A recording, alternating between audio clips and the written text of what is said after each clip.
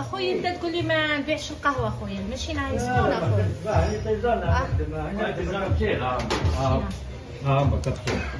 ماشي راهي سخونه اخويا. هي نخدم طيزانة، هاي سخونه مازالت ماشي سخونه، هاي ترجعها للعشو.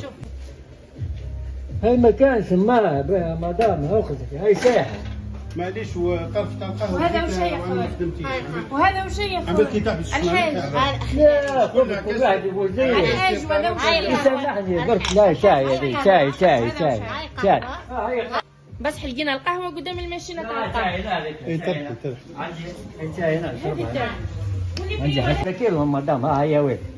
اقدر اشوف. ها جيبهم لي هذوما. ها هما وين؟ ها هما وين خدمت بهم 10 كيلو. عندك البن المرحي وعندك البن مشو مرحي وعندك القهوه المدعمه للمواطن. انا ما خدمتش اخويا، انا ما خدمتش. هاي اذا كنت ما خدمتيش اخويا انا خذك سمعت في البوست قلت قديها 4 قهوي 5 يوم ماضي. انا ما خدمتش القهوه والله ما خدمت. على 5 قبل المعاينه الميدانيه قلنا باللي صرح لنا باللي ما كانش القهوه. بعد كي قمنا بعمليه تفتيش وجدنا انه عندي قهوه، عندي 10 كيلو. هما وين؟ قهوه مشي بالحية. وجدنا ان القهوه المدعمه موجهه للمواطن.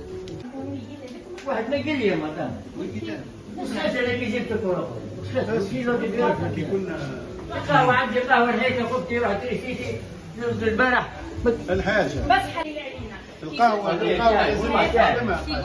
كي قلت والله شاي. قلت لي تيري 4 قهوي. انت تقول لي يا مسيو بالباطي مسيو بالباطي انت تقول لي ما نخدمش يا ولي لا جربتها معلق عليها 5000 وتقول لي ماشي سخونه. اني طيب استني نقول لك اني نطيب القهوه الحليب، نطيب القهوه الحليب من خلال التحقيق والمعاينه. احسبي قداش القهوه. يا براني شيء ما عملتها مدام. بين بلي قمت بعمليه. قلتي عندي قهوه نخدم القهوه. من خلال عمليه التفتيش والمعاينه. سمعيني برك سمعيني. قلتي لي نبيع بالقهوه تخدم فيها وتبيع فيها. يعني القهوه الحليب حطي لي كيلو. نقول لك وعلاه تخدم بالقهوه هذه لانها مدعمه. حتى لي مدعمه. حتى لي مدعمه. لانها مدعمه. لا حتى لي مدعمه. السعر اللي تشري به السعر. سامحيني سعر منخفض. سامحيني. انت تخمم في الربح. هذه قداها كيلو. قداها كيلو. ما تقدرش تشري سكر. واحد ما قال لي تقول لي تروح لتونس. هذا تصريح والله ماني غلط. هذه قلت زيد سمح لي وتقول لي القهوه المدعمه بس تروح لتونس. انت زدت تديها شوف ساعات قصت على 8 كم كيلو مدام اخوتي. صح نحقوا الربح بصح ما نحقوش الربح على حساب المواطن.